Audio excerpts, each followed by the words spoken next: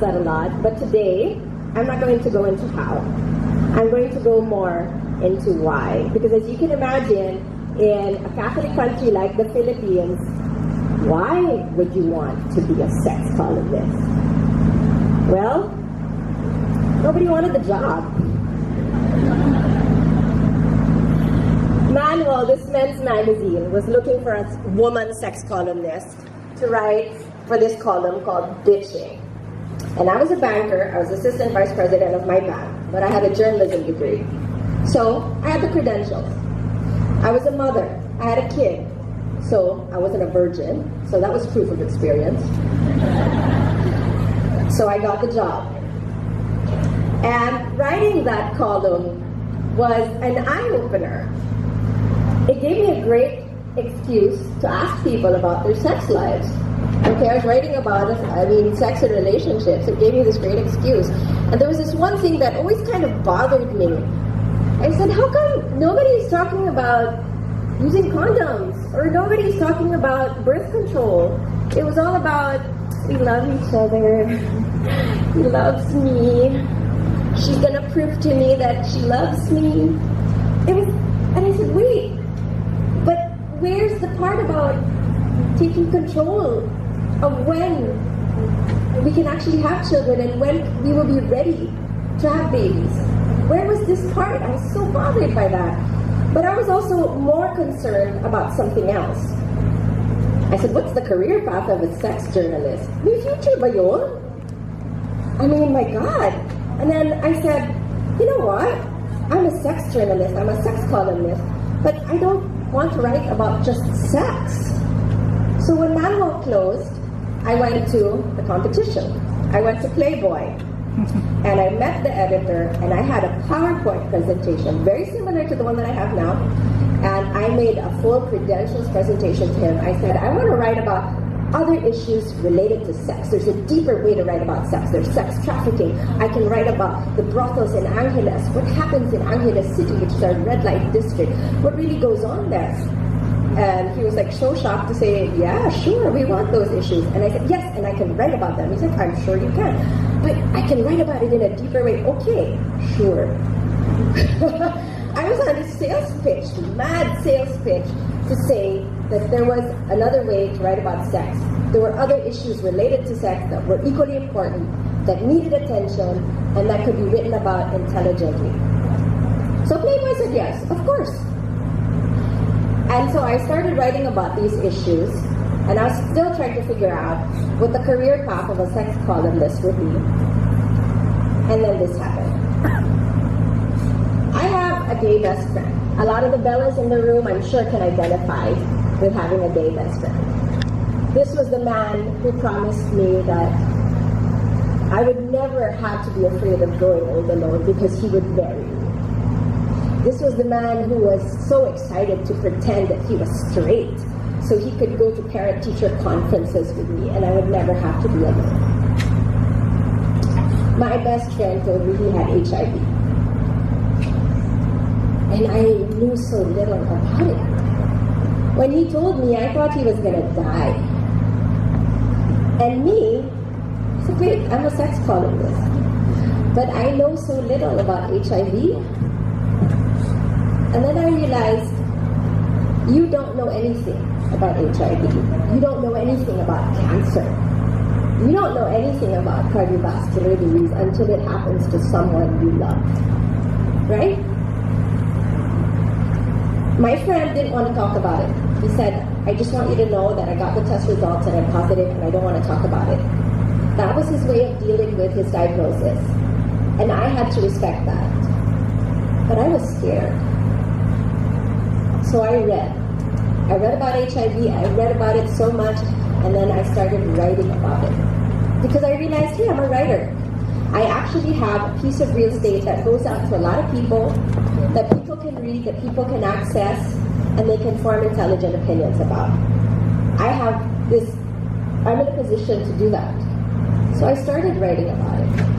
And writing for me was always a way to deal with my own pain.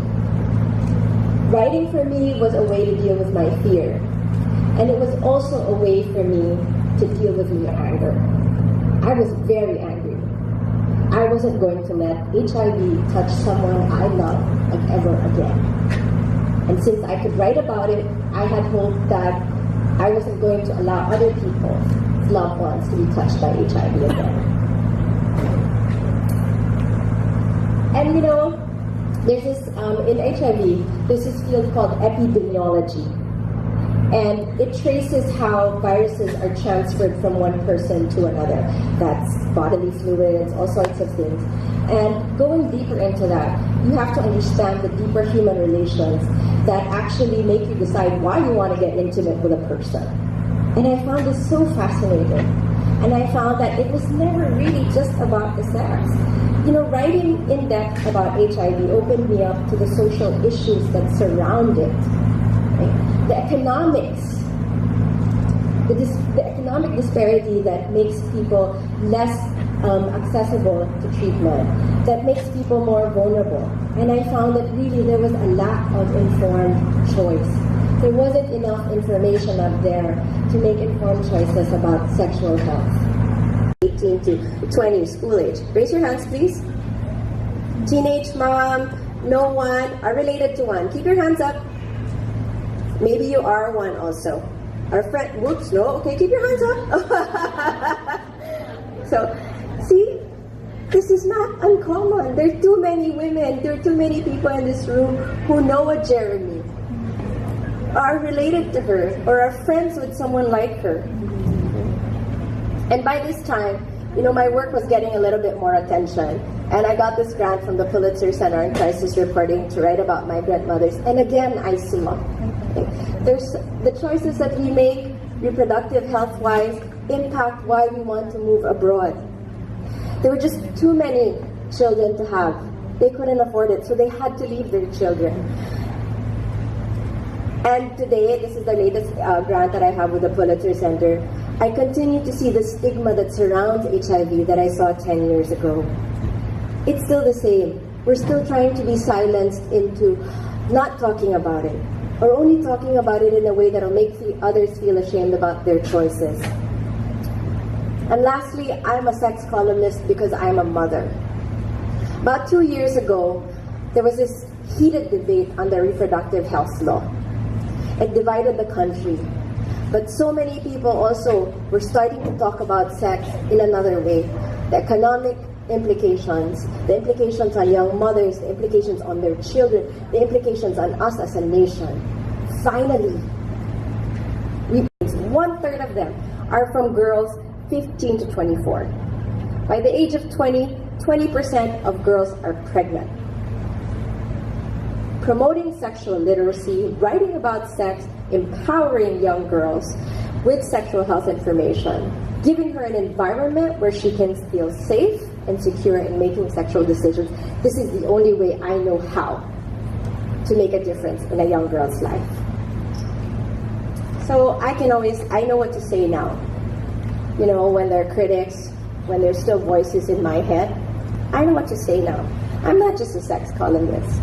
I'm a sex columnist who knows that sexual literacy empowers a young girl to dream. It empowers her to dream of a future beyond being a mother. It empowers her to dream of thinking about what she can be, everything that she can be, and giving her the courage to reach out for that.